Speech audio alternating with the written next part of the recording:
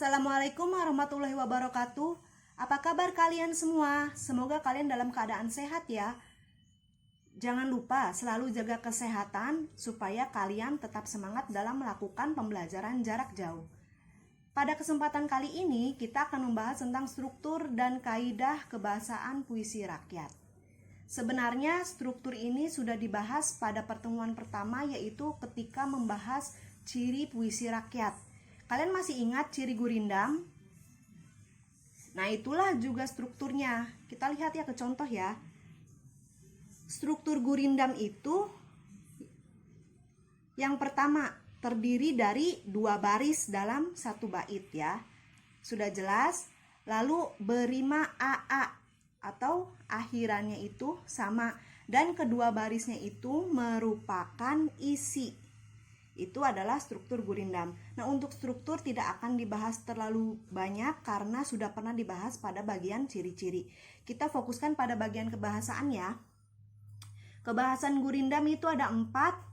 Yang pertama kata penghubung tujuan, yang kedua kata penghubung sebab, yang ketiga kata penghubung akibat, dan yang keempat kata penghubung syarat. Kata penghubung ini adalah kata yang menghubungkan kata dengan kata, frasa dengan frasa, klausa dengan klausa, atau kalimat dengan kalimat. Jadi fungsi kata penghubung ini adalah untuk menghubungkan. Nah, kata penghubung yang muncul pada gurindam itu ada 4. Yang pertama kata penghubung tujuan. Kata penghubung tujuan ini adalah kata penghubung yang menjelaskan maksud atau tujuan. Ya. Contohnya itu adalah kata agar, supaya, untuk, dan lain sebagainya. Lalu yang kedua yaitu kata penghubung sebab. Kata penghubung sebab adalah kata yang menghubungkan sebab atau alasan ya. Antara lain kata-katanya yaitu sebab, karena, dan oleh karena itu. Jadi kalau kalian membaca kata-kata tersebut berarti itu adalah kata penghubung sebab. Yang ketiga, kata penghubung akibat yang menjelaskan tentang akibat dari sesuatu. Di antaranya yaitu sehingga, sampai, dan akibatnya. Yang terakhir, kata penghubung syarat yang menjelaskan tentang suatu syarat. Di antaranya yaitu ada kata jika, jikalau, apabila, asalkan, kalau, bila mana, dan sebagainya. Pokoknya yang menjelaskan suatu syarat ya. Kita masuk ke contoh ya. Di sini ada 2 gurindam ya, 2 contoh gurindam. Yang pertama, jagalah hati, jagalah lisan, agar kau tidak hidup dalam penyesalan. Nah, apakah di sini ada kata penghubungnya? Ada, yaitu kata agar. Agar ini merupakan kata penghubung apa tadi sudah disebutkan, yaitu kata penghubung tujuan. Ya. Lalu di bait yang kedua kita baca, belajar janganlah ditunda-tunda karena kamu tidak akan kembali muda. Nah, di sini kira-kira ada kata penghubung apa nih? Ya betul, ada kata penghubung sebab yaitu karena. Di sini adalah kata penghubung sebab karena menjelaskan tentang alasannya ya atau sebabnya. Nah, kata-kata ini yang Ibu garis bawahi merupakan kata penghubung. Sudah pasti di sini berarti menghubungkan sesuatu, menghubungkan kata atau kalimat. Nah, di dalam gurindam ini kata agar itu menghubungkan kalimat di baris pertama dengan kalimat di baris kedua. Dihubungkan oleh kata agar. Begitu pula dengan bait kedua. Bait kedua ini ya dihubungkan dengan karena.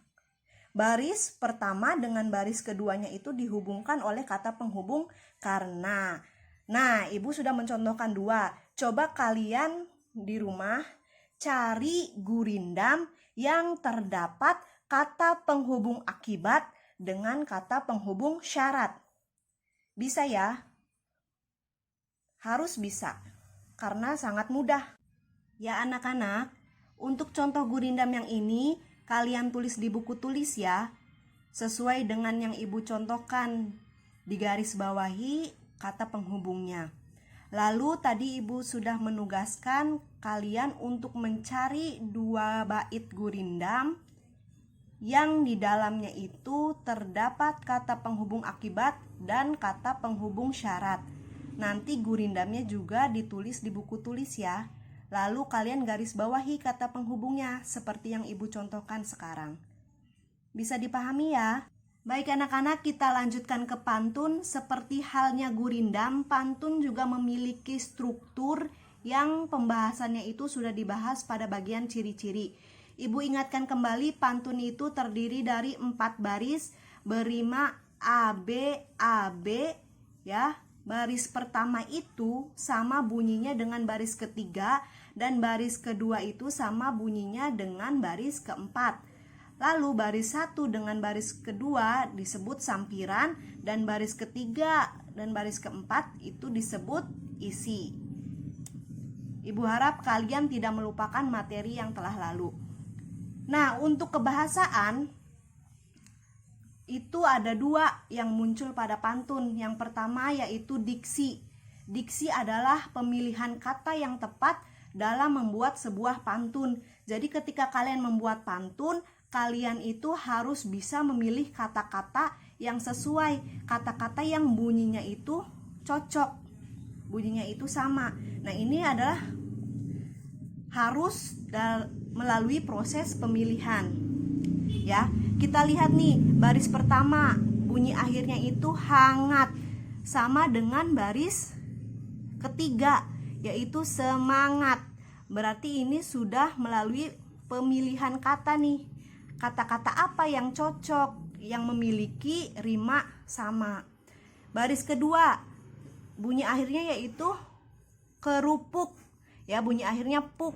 Lalu baris keempatnya terpuruk. Nah, berarti ini akhirannya sama nih. Makanya kita harus bisa memilih kata-kata yang akhirannya itu sama, berima sama. Nah, ibu contohkan nih, seandainya kerupuk itu bisa dengan terpuruk, ya, bisa juga dengan pupuk, buruk, atau ambruk. Apapun yang akhirannya uk dan sebagainya. Mungkin kalian bisa menemukan kata-kata yang lebih banyak lagi. Lalu hangat, hangat itu bisa dengan semangat, obat, taubat, laknat, dan sebagainya yang akhirannya itu sama-sama at. Ya, itu namanya diksi. Jadi harus bisa pintar-pintar memilih kata yang tepat supaya menjadi pantun yang bagus. Yang kedua yaitu imaji. Imaji adalah suatu penggambaran yang membuat pembaca atau pendengar ikut melihat, ikut mendengar, atau ikut merasakan. Kita lihat pada baris pertama. Enak rasanya bubur yang hangat. Nah, di sini pembaca itu atau pendengar bisa ikut merasakan nih. Berarti di sini kalimatnya mengandung imaji. Pembaca itu ikut merasakan enaknya bubur yang hangat. Lalu baris kedua, enak dimakan bersama kerupuk. Baris kedua juga mengajak pembaca atau pendengar ikut merasakan enaknya bubur ketika dimakan bersama kerupuk. Itu yang namanya imaji, membuat pembaca atau pendengar itu ikut merasakan. Sampai sini bisa dipahami ya anak-anak ya. Nah anak-anak, untuk contoh pantunnya coba kalian tulis di buku tulis ya. Untuk menambah pengetahuan kalian, kalian juga bisa menulis kata-kata yang ibu tulis ini nih, kerupuk dengan hangat, supaya kalian bisa mendapatkan gambaran kata-kata yang memiliki bunyi akhiran sama. Kita lanjutkan ke jenis puisi rakyat yang terakhir yaitu syair. Seperti dua jenis puisi rakyat yang sudah Ibu jelaskan, syair juga memiliki struktur yang sudah dibahas pada bagian ciri-ciri. Ibu ingatkan kembali, syair itu terdiri dari 4 baris, berima A. Jadi akhirannya itu semua sama. Dan seluruh barisnya itu merupakan isi, tidak ada pembagian sampiran ataupun isi. Jadi semuanya 4 baris itu merupakan isi. Nah, itu untuk struktur ya. Untuk kaidah kebahasaannya, di sini kalian bisa lihat ada 5 kebahasaan yang muncul pada syair. Yang pertama yaitu kalimat perintah. Kalimat perintah adalah kalimat yang berisi perintah atau suruhan kepada seseorang agar orang tersebut melakukan suatu pekerjaan. Nah, di sini ada satu contoh yaitu buanglah sampah pada tempatnya. Sudah jelas pada kalimat ini menyuruh seseorang untuk melakukan suatu pekerjaan yaitu membuang sampah pada tempatnya. Ya, biasanya kalimat perintah itu ditandai dengan partikel lah dan diakhiri dengan tanda seru. Untuk yang kedua yaitu kalimat saran. Kalimat saran adalah kalimat yang berisi saran. Di sini ada satu contoh yaitu sebaiknya kau pikir dahulu. Nah, ciri kalimat saran itu ada kata sebaiknya atau seharusnya. Jadi kalimat yang memberikan saran untuk ke arah yang lebih baik. Kita lanjutkan ke yang ketiga yaitu kalimat ajakan. Kalimat ajakan adalah kalimat yang mengajak seseorang untuk melakukan suatu pekerjaan. Di sini contohnya adalah marilah kita jaga agar lestari. Nah, di sini sudah terlihat ada cirinya yaitu ada kata mari. Mari berarti mengajak, atau contoh lainnya itu kata ayo. Ayo kita jaga, ayo kita bersihkan kelas ini. Berarti itu adalah kalimat ajakan karena mengajak seseorang untuk melakukan suatu pekerjaan. Nah, yang keempat adalah kalimat seru. Kalimat seru ini digunakan untuk mengungkapkan perasaan kagum, kecewa, sedih, marah, dan sebagainya. Di sini Ibu contohkan satu, ini perasaan kagum ya. Alangkah indahnya alam ini. Ada kata alangkah di sini berarti mengungkapkan rasa kekaguman. Ya, atau aduhai cantiknya wajah kau ini. Itu berarti mengungkapkan suatu rasa kekaguman. Yang kelima adalah kalimat larangan. Kalimat larangan itu berisi larangan untuk melakukan suatu pekerjaan. Cirinya adalah ada kata jangan, ya. Di sini ada kata jangan. Makanya Ibu contohkan janganlah berprasangka buruk. Nah, di sini berarti ada larangan untuk tidak melakukan suatu pekerjaan yaitu berprasangka buruk. Ya. Sampai sini bisa dipahami? Untuk contoh yang ini tidak perlu kalian tulis karena contohnya sudah lengkap ada di buku. Hanya kalian simak saja supaya lebih paham. Karena materinya sudah selesai, Ibu cukupkan sekian. Semoga penjelasan Ibu bermanfaat dan dapat membantu kalian dalam memahami materi. Ibu mohon maaf barangkali selama Ibu menjelaskan ada kata-kata yang salah atau kurang dipahami. Ibu ingatkan kembali, yang perlu kalian catat di buku tulis yaitu hanya contoh gurindam beserta tugasnya, contoh pantun, dan kata yang memiliki rima yang sama. Untuk contoh kalimat yang ada pada syair tidak perlu kalian tulis karena di buku sudah lengkap.